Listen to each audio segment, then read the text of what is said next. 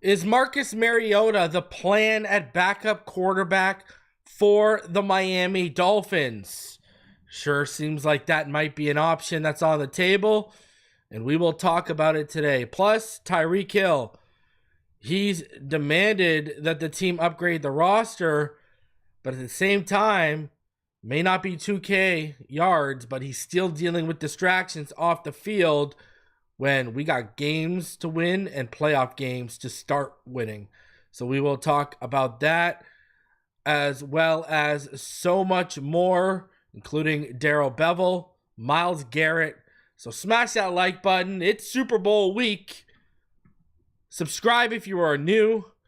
And as always, let's get into this.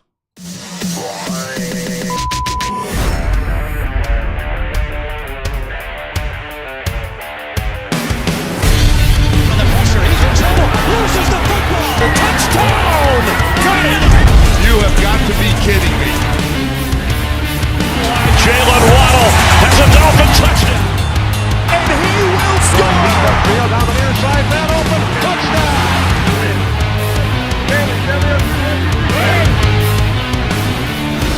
The run from Tua Tagovailoa.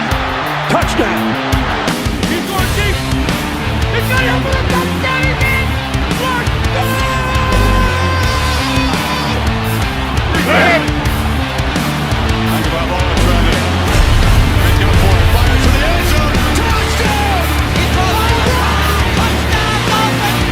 Beautiful day to be a Dolphin fan. Let's go!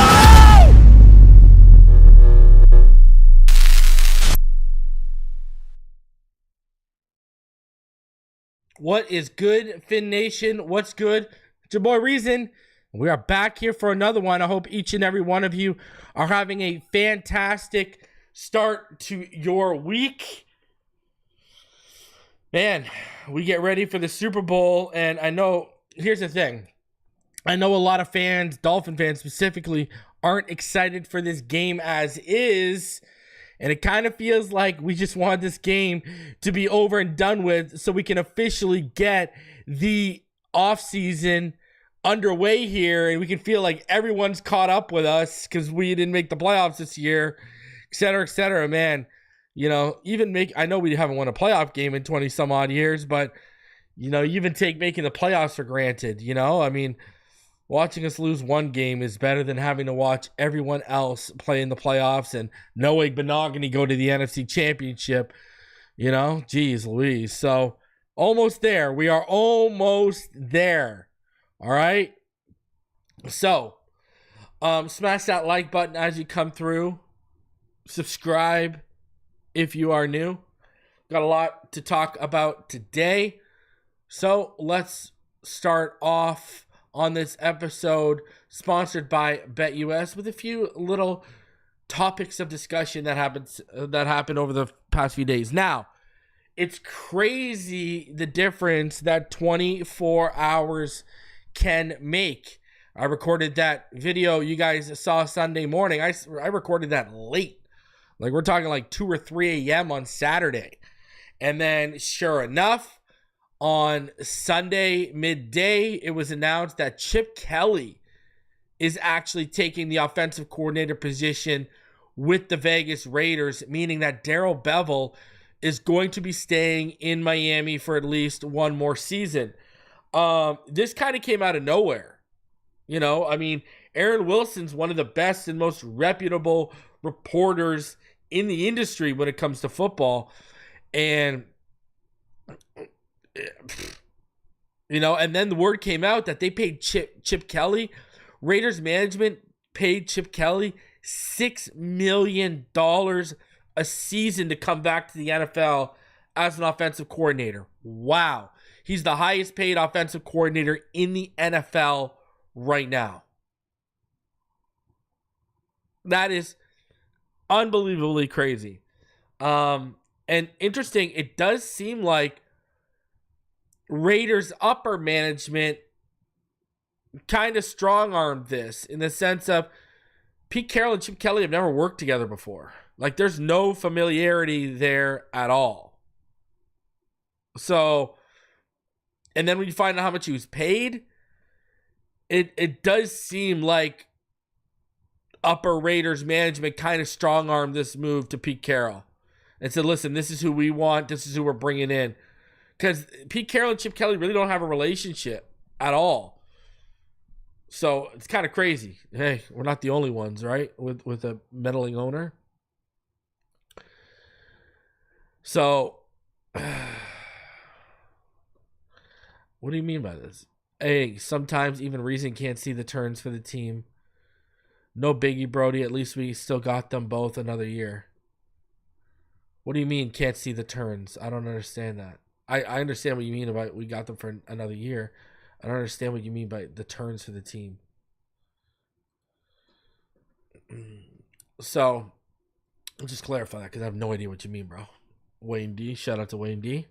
Go check out his music. So Darrell Bevell, hey, works out for us. Either way, works out for us. One more year. And again, the reason why I wanted Darrell Bevell to stay has nothing really to do with Tua Tagovailoa. At all. I've told y'all what my reasoning is. If we start off 2-4, if we start off 2-6, and Mike McDaniel and Chris Greer get canned, I want Anthony Weaver to be named the interim coach, and you can now promote Darrell Bevell to OC.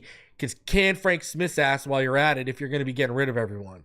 Because if we start 2-4, 2-6, what is the point? What is going on here? What is going on here with that? Anyways, I got some like alien language going on my glance LED right now. We'll fix that in a sec. Don't worry. That was really weird. Predator's coming for me. And by Predator, I mean the freaking movie. Okay? Alien. The Alien. So, Darrell Bevell is staying in Miami. That's good. Again, everyone's like, oh, Tua is crutch. Tua, I don't give a nothing about Tua. I'm talking about this. If you got to fire McDaniel, at least we got an OC.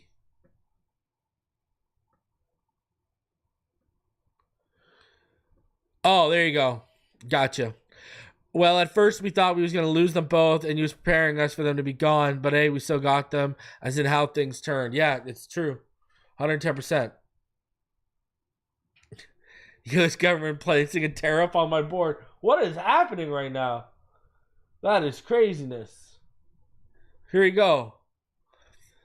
Shout out to Canada and the U.S. Those tariffs were just suspended for like 30 days because we agreed to put 10,000, troops on the border. Listen, when it comes out, I'm not going to get into politics, but listen, I got children. So tightening that border up to make sure fentanyl isn't and this whole task force team that the U.S. and Canada are going to put together to basically, and listen, I'm going to be honest with you. Now we are classifying cartels as terrorists. I agree with that. Listen, I got children, man. I don't want fentanyl around. I don't know what parties my kids are going to go to when they're 16, 17, 18, 19. I don't want them, hey, take a hit of this. And by that, I mean a joint, marijuana, not anything hard. And some idiots lace it with fentanyl. Yeah, okay. Like, I don't want that stuff around here, so I get it. Now, let's keep it going. We ain't done. Myles Garrett. The big discussion today is Myles Garrett. By the way, smash that like button, please. Do me a favor. It really goes away. YouTube's been really weird over the last couple weeks. I'm gaining subs, then they're deleting subs. They've deleted over 30 subs in the last 3 weeks on me.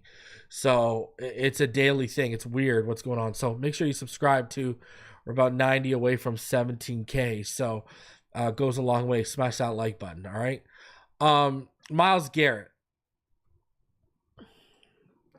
Myles Garrett released this statement today. As a kid dreaming of the NFL, all I focused on was the ultimate goal of winning a Super Bowl, and that goal fuels me today more than ever. My love for the community of Northeast Ohio and the incredible fan base of the Cleveland Browns has made this one of the toughest decisions of my life. These past 8 years have shaped me into the man that I am today.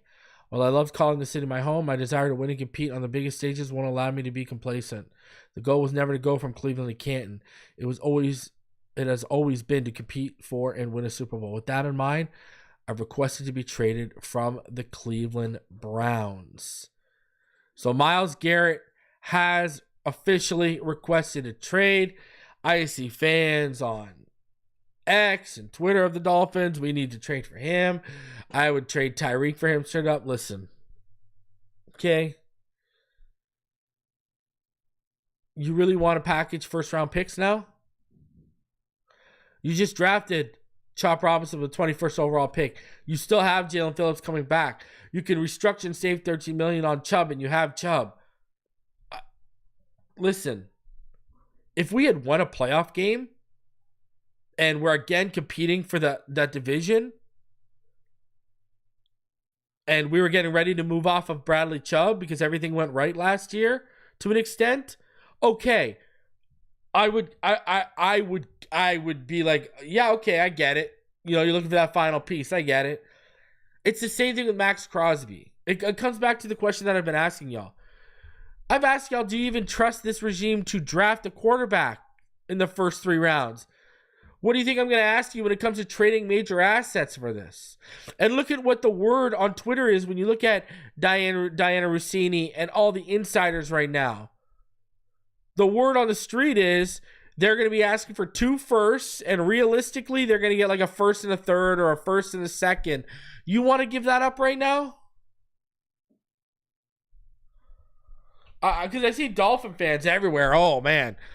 Myles Garrett's available. Let's make the trade. Like, relax. No. Why? First of all, if Cleveland's smart, they'll send him to the NFC. If Cleveland's smart. Now, Cleveland's historically not smart, i.e. the contract they gave Deshaun Watson. And moving off of Baker Mayfield for that. But I'm sorry. Because Myles Garrett is going to cost like legitimate money too. Because he's been restructured. You know what I mean? So I just, listen, I get all of you guys want the big fish. I get it. But it's going to be, no. It's going to cost you so much. It's going to cost you so much. It's probably going to cost you at least a first and a second. And then financially, come on, man.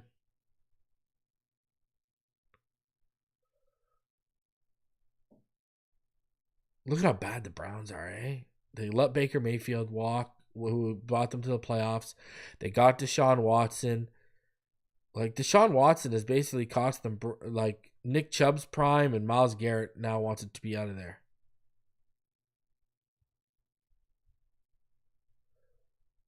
That's crazy. Like, look at what Diana Rossini said.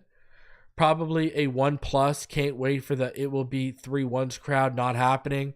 A 1 and a 2 and 1 and 2 3s. Throw a player in there. So there you go. It's either going to cost you a first and a second or a first and 2 third-round picks. No. Because it's going to be a bidding war. Sorry, Chris. Nope. If I was Stephen Ross, handcuff that man right now. Do not allow him to even pick up the phone.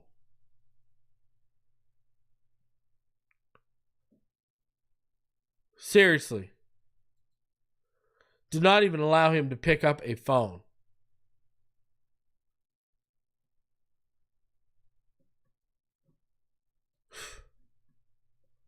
No, Tyreek for Garrett, straight up.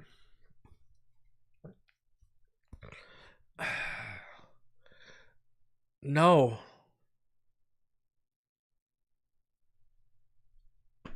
If you moved off Bradley Chubb, okay, then I would understand it. But he's not the final piece. And we're not going to happen. He's going to want to go to a legit contender. And they're going to facilitate that trade for him out of respect. You know? But, I mean, that's going to cost money. Like, you got to trade a first and 2/3 or a first and a second, and then you got to go ahead and you got to take on a cap hit of $19.722 million this year, $20.374 million in 2026. But then because they've moved money around, the guy has 4 void years, and his first void year cap hit is $37.6 million.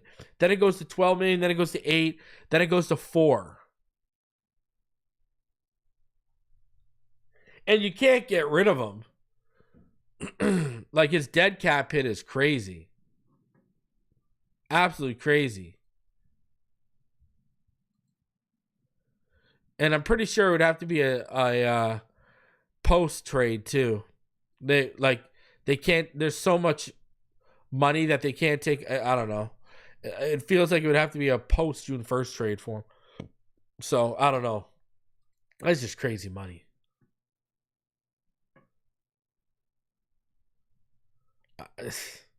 I don't know. This looks not good. You know, and if you do those void cap years all into 2027, Jesus Louises, we're talking about like $40.96 million cap number. And here's even better. He's got no guaranteed money starting this year. He's got 2 years left on his contract and then a bunch of void years, like 5 void years. But the 2 actual contractual years left, he has no money, guaranteed money.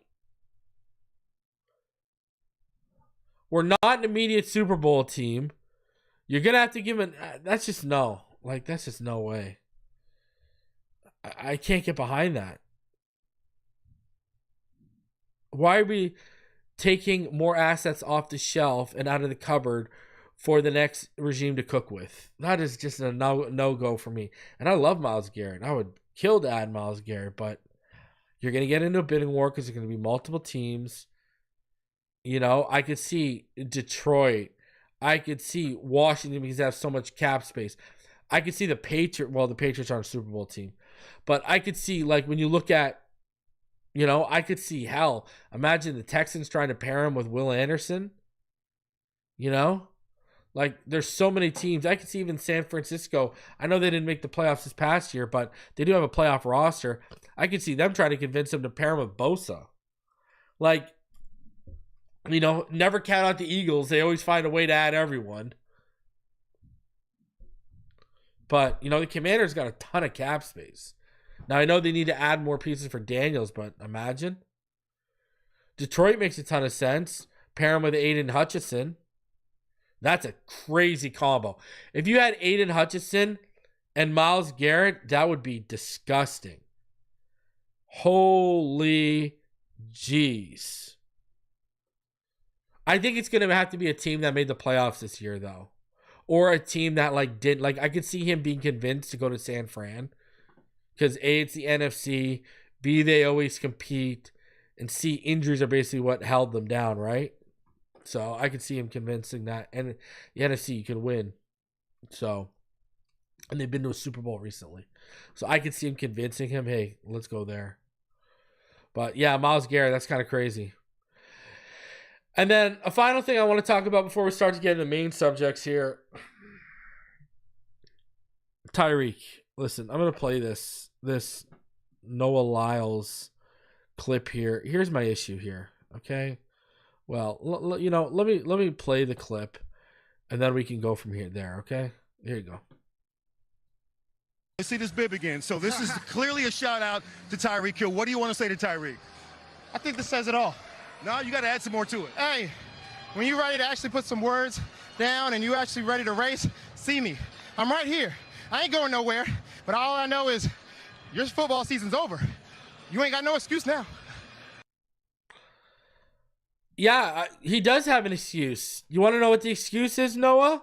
He shouldn't be worrying about racing an Olympic sprinter when we haven't won a playoff game since he's been here. And we'll get into Tyreek a little bit more later on. But yeah, no, I'm good. Enough of this. This is like a new version of the 2,000 yard chase. This is like they found a new type of distraction. Like, dude, we have got bigger fish to fry. And you'll see why I'm saying what I'm saying when we get into it later on. But we got bigger fish to fry, my friend. Worrying about racing an Olympic sprinter when we haven't... You're the one saying you're out because we're not winning. Your focus should be on doing whatever you can as a player to ensure that you help us win this year, not racing. Because especially if, hey, we all remember Donovan Bailey and Ben Johnson. And Ben Johnson pulling up with the hammy. Imagine if this guy pulls up with a hammy or tears something, even worse. Makes no sense. So, now listen. If they're planning on trading Tyreek, hey, go knock yourself out. But if Tyreek is part of the 2025 plans, it makes no sense whatsoever. There's got to be something in the contract for the Dolphins to step in and say no.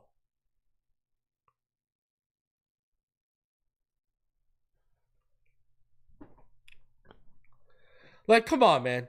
Bigger fish to fry here. Tyreek's like a cat. Right? You put the next little shiny thing in front of him and it distracts him. Whether it's an OnlyFans model, whether, it's 2,000 yards, whether it's racing, whether it's the flag football stuff. Like, my God. Focus on football.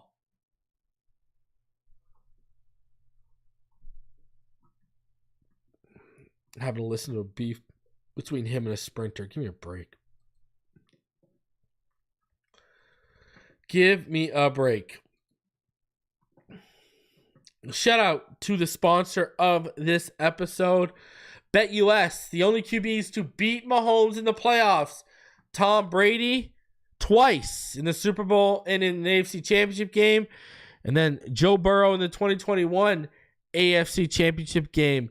Can Jalen Hurts be the third and the Eagles get their second shot against Mahomes in the playoffs and in the Super Bowl over the course of the last 5 years this Sunday? For all your Super Bowl betting needs, go over to betus.com. Use promo code YouTube150. That's YouTube150.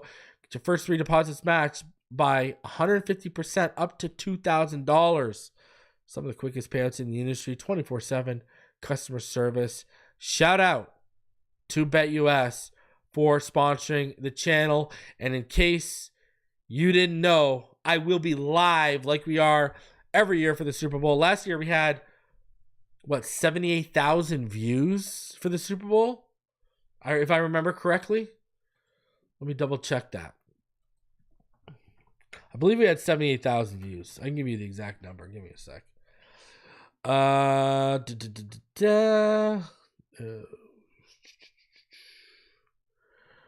We had a lot. Let me see here. I believe it was 78,000. Let me just double check that number.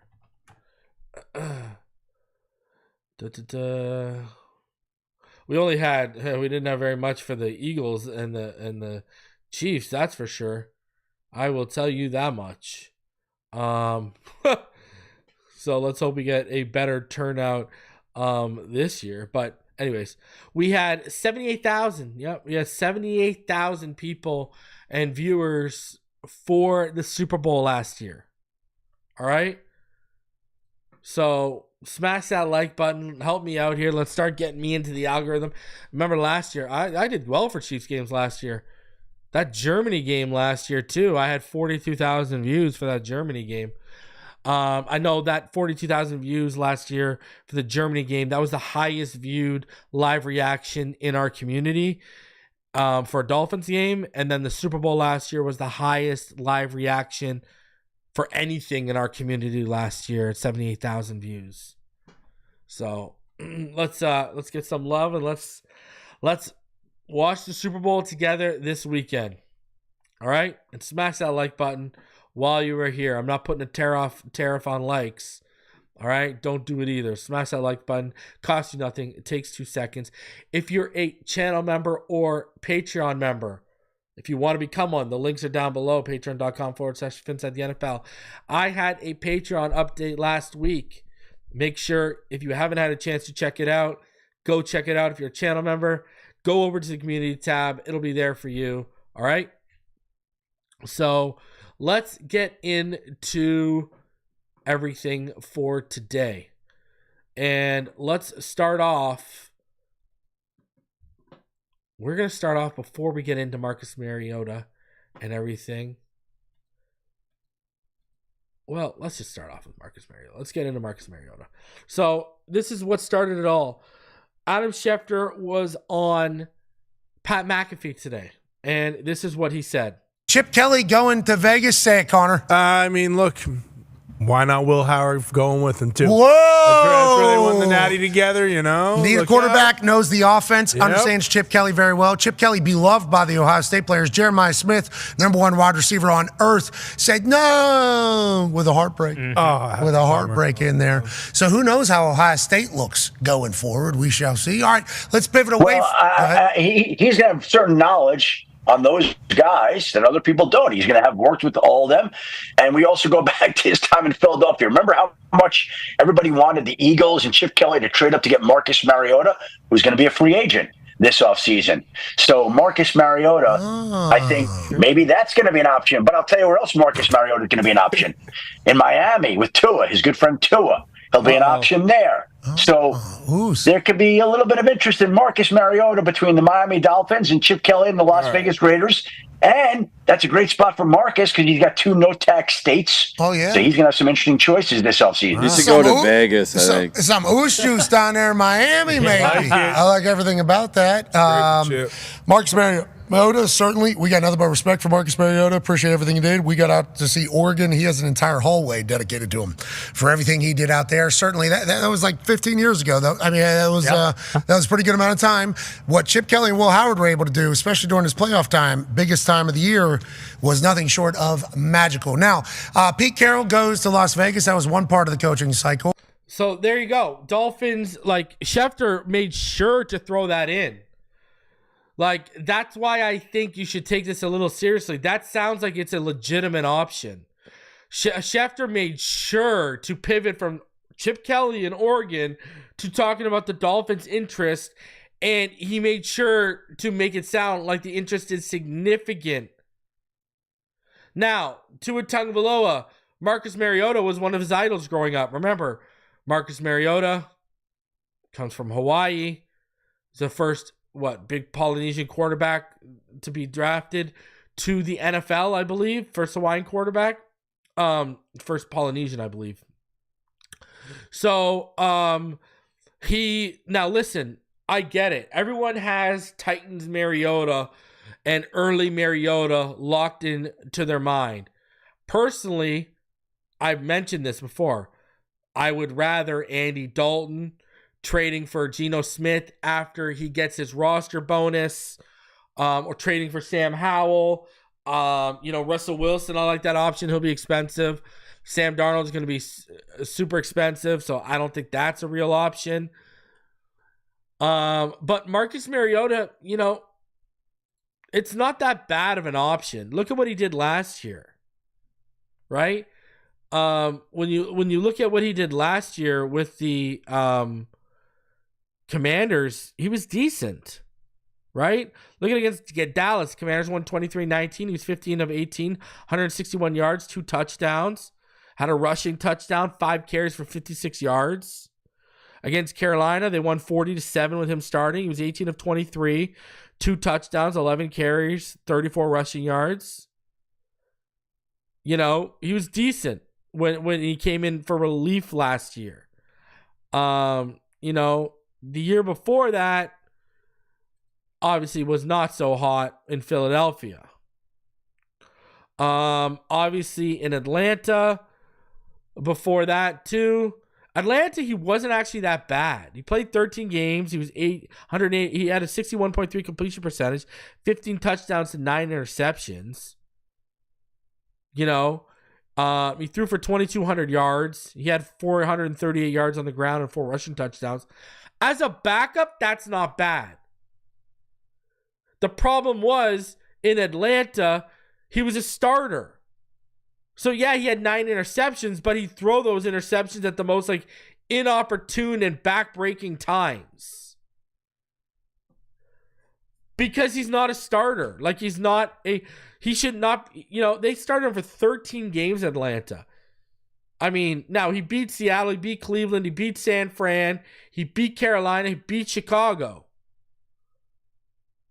He went 5-8 as a starter with Atlanta. Remember, Arthur Smith got fired after that.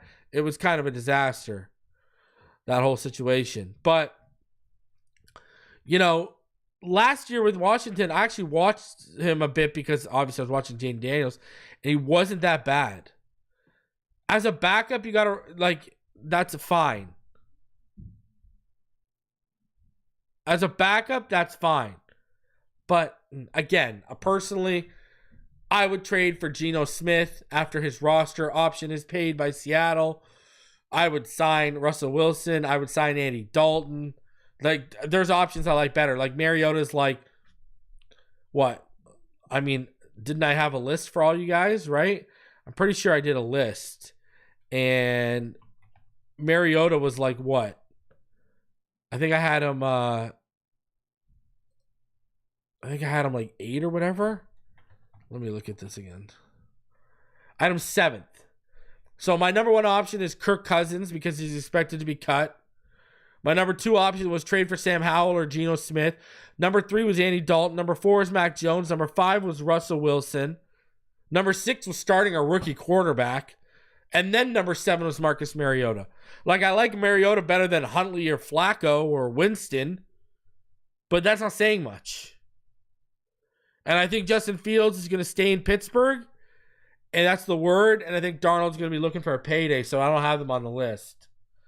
But yeah, I would take Kirk Cousins, Sam Howell, Geno Smith, Andy Dalton, Mac Jones, Russell Wilson, or a rookie over Marcus. He's my 7th option. And yeah, Kirk is going to sign to be a backup because he's probably not going to have an option after what happened in Atlanta last year. Period. Kirk Cousins did not look good last year. He's still, that Achilles injury looks like it set him back. Yeah, Kirk Cousins at best will be competing for a spot. He's not there's going to be the majority of the calls coming in for Kirk Cousins are going to be backup.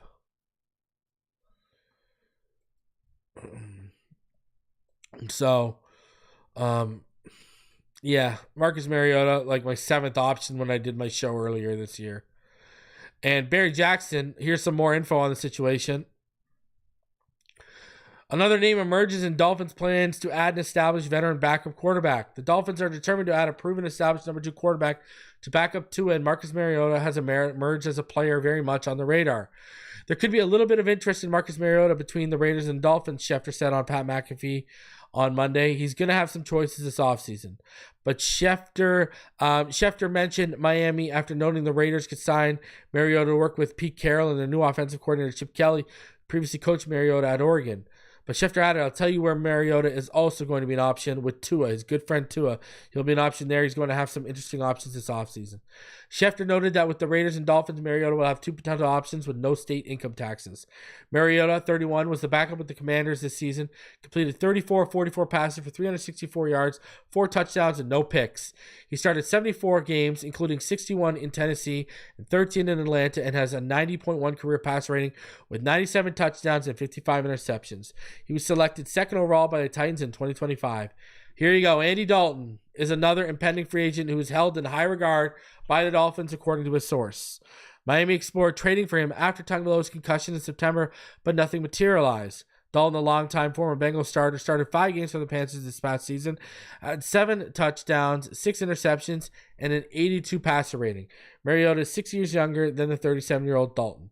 Other quarterbacks set to become free agents are Sam Darnold, who will likely find a starting job, Justin Fields, who's probably going to stay in Pittsburgh, Jameis Winston, Russell Wilson, Jimmy Garoppolo, Mac Jones, Joe Flacco, Mason Rudolph, Joshua Dobbs, Drew Lock, Zach Wilson, Trey Lance, Jared Stidham, Cooper Rush, and Carson Wentz. Tyler Huntley finished the season as Miami's number 2 quarterback. Said in December that the Dolphins told the agent they would like to keep him, but Huntley could end up as Miami's number 3 option if they resign him and don't draft a quarterback. Agent Drew Rosenhaus, who was plugged into the league, does not represent either player, but said on his weekly WSVN 7 Sunday night segment that quarterback depth is viewed as a major need for the Dolphins, and he wouldn't be surprised if the Dolphins draft one on the second day of the April's NFL draft. So there you go. Dolphins probably going to add a player in the 3rd or 4th round. I'd like to hear that. I'd like to hear that. Now, Tyler Huntley. This is how I view the situation. Clearly, they liked what they saw against Cleveland. They hit up his agent, had some discussions. Jets game happened. Phone ain't ringing as heavily. They probably turned around and said, you know what? That wasn't good. And man, we are going to have to look at other options. And that sure sounds like what they're doing.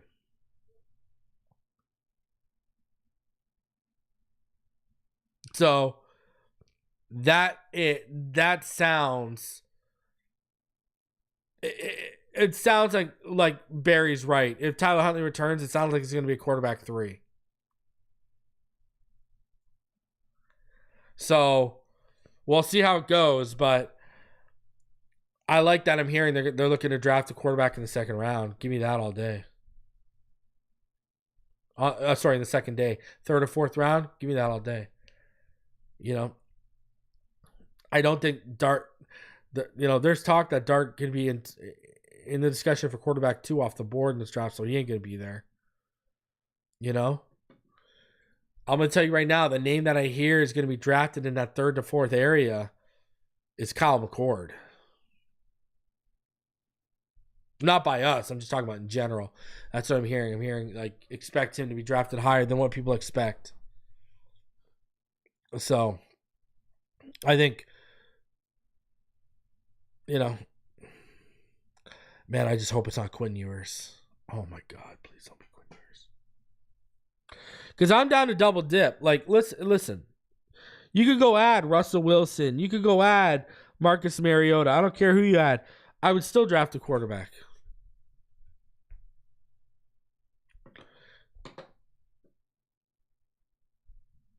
I would still go out a quarterback.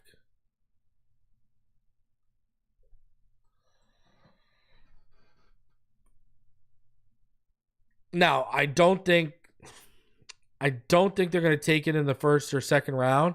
I think if they're taking the pick on day 2, like they said, I think it'll be a 3rd rounder, and it might be one of those compensatory picks. If a guy's slipping that they like and they think he could sneak to the top of day 3 in the 4th round, that makes sense. Milroe's not going to be there in the 3rd round. I don't think Milroe, Dart, Shador, or Cam will be on the board in the 3rd or 4th round.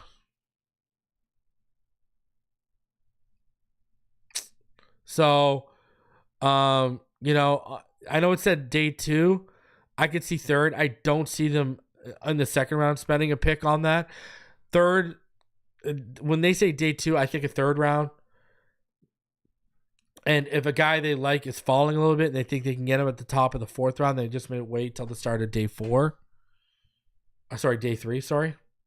So, but yeah, my Dart dream, it's dead. Unless we're taking him at 13, it's pretty much dead. It is what it is. If I was them, I wouldn't take Milroe because he needs 2 years. That's why I could see them taking Quinn Ewers in the 3rd or 4th. Then I've been warning y'all since September that that's a guy McDaniel would like.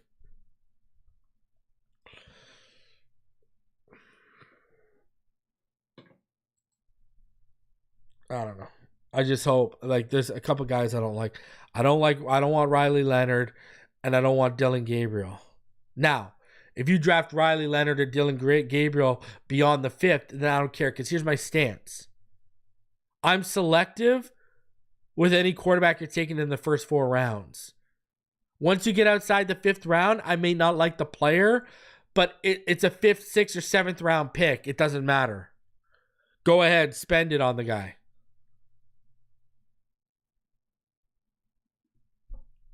So, like, that's why I don't want Dylan Gabriel at all. But if they spend like a 6th or a 5th round on him, what can you say? It's a you're throwing shit at the wall and hoping it sticks.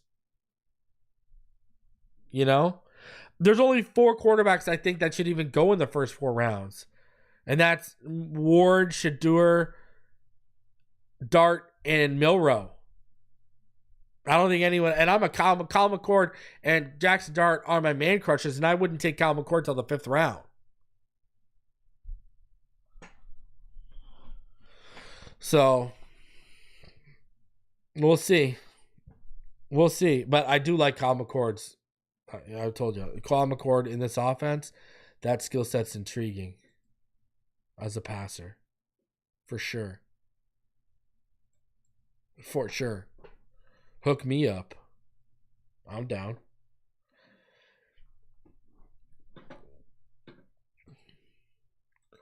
Would I be okay with them taking Will Howard? I'm not the hugest Will Howard guy. I mean, again, if you're taking him in the 5th round or beyond, am I a fan of the player? Not really. Do I expect much? No. But you're taking him in the 5th round. So, I mean, people who complain around 5th round, 6th round picks, unless there's a stud on the board, Will Howard's my 7th guy. All right? You know, like, I like Curtis Rourke and Kyle McCord a little bit better than Will Howard. Now, I do have Will Howard in front of Quinn Ewers. Quinn Ewers is my 8th guy. Gabriel's my 10th, and Hedigan's my 9th. So, yeah. We'll see. I'm just not a huge fan.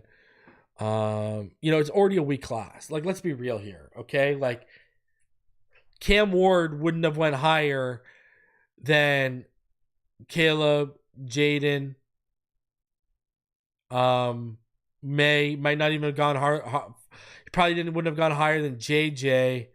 He would have been vying with Cam Ward as QB5.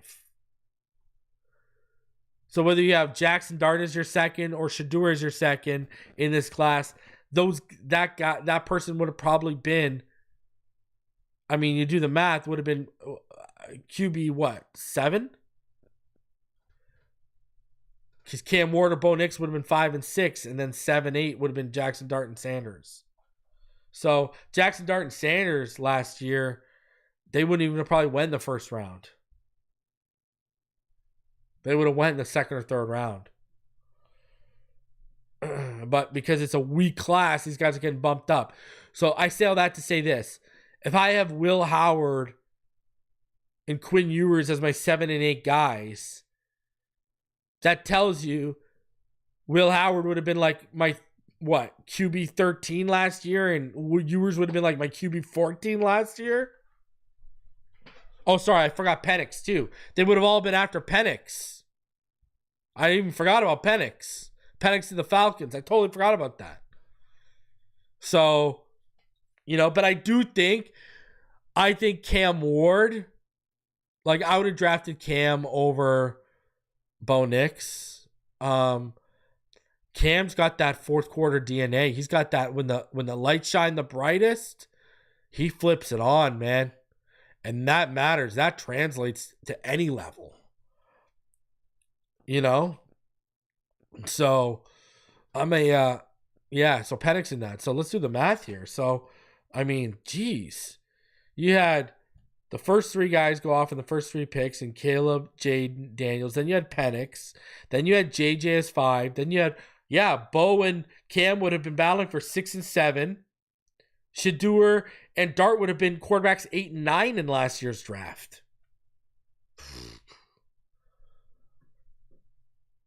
Man. That's crazy. So, yeah. Jeez. Yep. So Will Howard and Quinn Ewers would be like QB7, would be like QB14 and QB15 this year for me if they were in last year's class. That's crazy. Man. Nuts. Nuts. I'm not a fan of Riley Leonard. Not a fan. I'd take Tyler Shaw out of Louisville before I took him. So, but yeah, quarterback. Listen, I only think 4 quarterbacks are worth the picks in the first 4 rounds, but hey, we'll see how it goes. All right. I wanted to show this from the Tyreek thing here. I thought it was interesting. And it's from this article that Barry came out with, Barry Jackson. And it's this article that came out today. It's called "Where Every Player on Dolphin Offense Stands in the Case of Consequences for Keeping Each." So we start talking about how the Dolphins begin with $12 million over the cap and needing at least 7 starters and 10 key backups. Who should stay on offense? It's basically who should stay. So he doesn't talk about like Jonnu Smith because he's a no-brainer to stay. Same with Devon Achane, Malik, Patrick Paul, Jalen Wright. They exclude Tua from this because he played well, right? When he was healthy, generally well. And that contract can't be moved off. So they didn't include him. And there's no better options for Miami. So they talk about Tyreek Hill and Tyreek Hill returning, right? Now read this first part. The case for him to return. He's still the most feared player and biggest threat on offense, despite the massive drop in production from 2023, from 119 receptions to 81, and from 1,799 yards to 959. Hill's presence theoretically should create opportunities for others if the offensive line can be augmented. Financially, there's no incentive to move on if the goal is to trade him for 2024 draft picks. There's a $27.7 million cap hit 2025 if he's on the team, but there's an even bigger cap hit for Miami, 28.3 if he's traded before June 1st. So that would make it foolish to trade him for the draft. What's more is his $27.7 million salary for 2025 is fully guaranteed. He's not going to fetch a treasure trove of draft picks, so why trade him for an unequal return and stomach the dead money cap hit? And here you go. So now we are starting to get pieces. Hill's camp has indicated that he simply wants Miami to bolster the roster because he wants to win. Hill said he made his January 5th "I'm out" comments out of frustration. So now we've got confirmation that Tyreek Hill's camp, led by Drew Rosenhaus, who has a very good relationship with the Dolphins and has multiple clients that are Dolphins, have indicated you need to upgrade this roster. And that's what makes this interesting to me. His camp had let them know privately, like, you got to look for Barry Nuggets. Remember, we found a lot of Barry Nuggets last offseason that didn't go talked about enough, that he would just litter throughout his articles. That's why it's always good to read these behind the paywall. But I kind of, let me start off from earlier. Going back to the Noah Lyles, now you know what I was talking about. Brother, you say you want out. Then I'm going to assume, and I'm probably 99.9999999% right. I'm going to assume that Tyreek Hill demanding we upgrade the roster was brought to Greer's attention and McDaniel's attention on the exit interviews. I'm just going to wildly assume, and I'm probably dead on because you don't have to be Sherlock to put that one together. So you got the balls to demand that after you said you wanted out, and now we got to deal with your focus being on a race against an Olympic sprinter who, because it's not Olympic season and needs money, is just using you for a bankroll? Brother, if you're going to... Listen. Let me just say this, okay? Let me put this.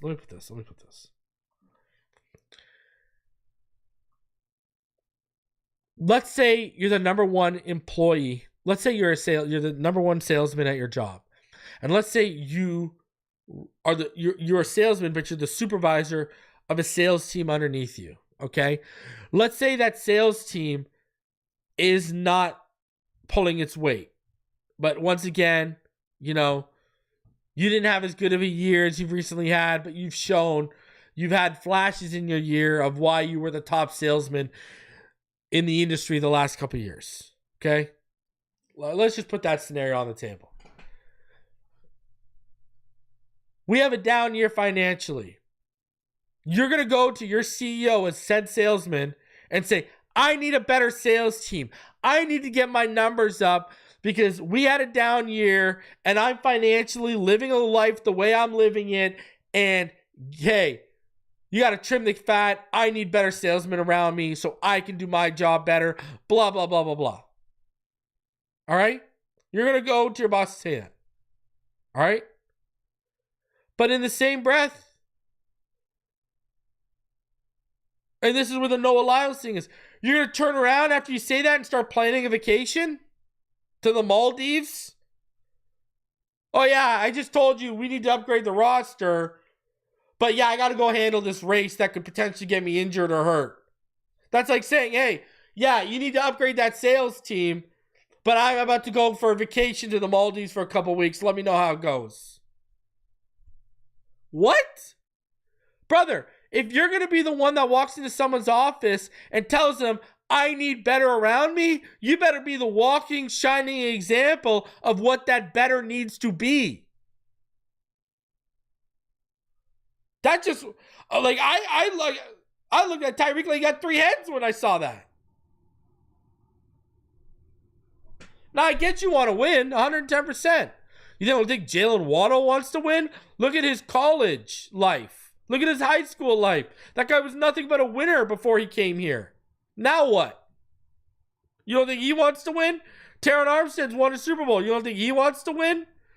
His body's breaking down and he's suiting up for us because he wants to win. You don't think Calais Campbell wants to win, bro? But do I see these guys? Am I seeing, you know, Calais Campbell enter a strongman competition?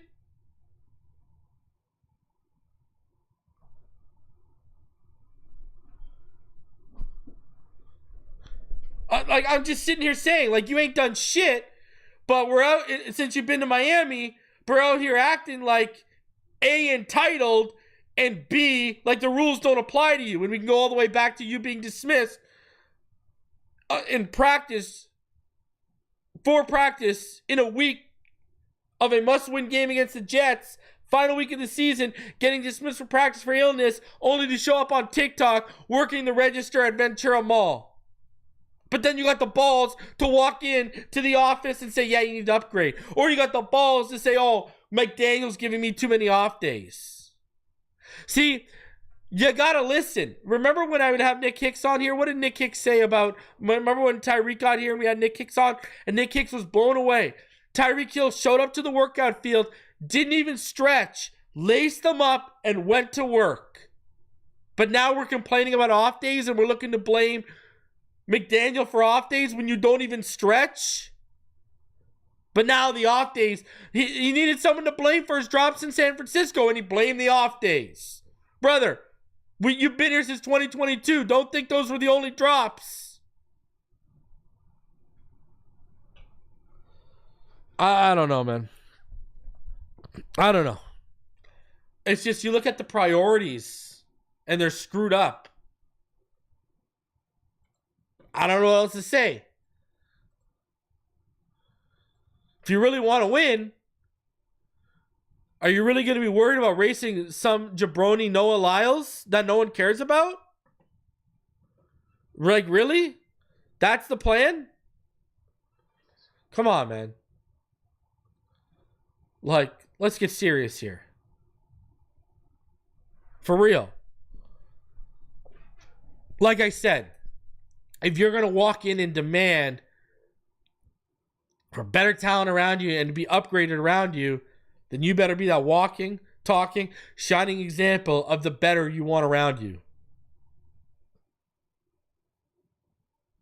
And this comes down to him and McDaniel. I'm telling you right now. He threw McDaniel under the bus for the off days after his own drops. He threw McDaniel under the bus after the Jets game when he was saying, I just want QB1, man. I just want my quarterback, man. What is he telling you? I can win and I can get my production with Tua, but when Tua's not here and I got to rely on old Mikey boy, I don't win and I don't get my production. That's where it's at. And you know where it all starts from? Mike McDaniel guaranteeing him that he would get him to 2,000 yards when he arrived in Miami. You didn't live up to that promise, and you haven't won playoff games or competed for a Super Bowl while he's watched the team that traded him win how many times? Reality. Guys, I'll be back on the next one. Smash the like button. Shout out to you, Martin. Subscribe if you're new. Please, smash that like button. I'll see you on the next one. You already know what time it is. Fins up all day, every day. And I'll see you there.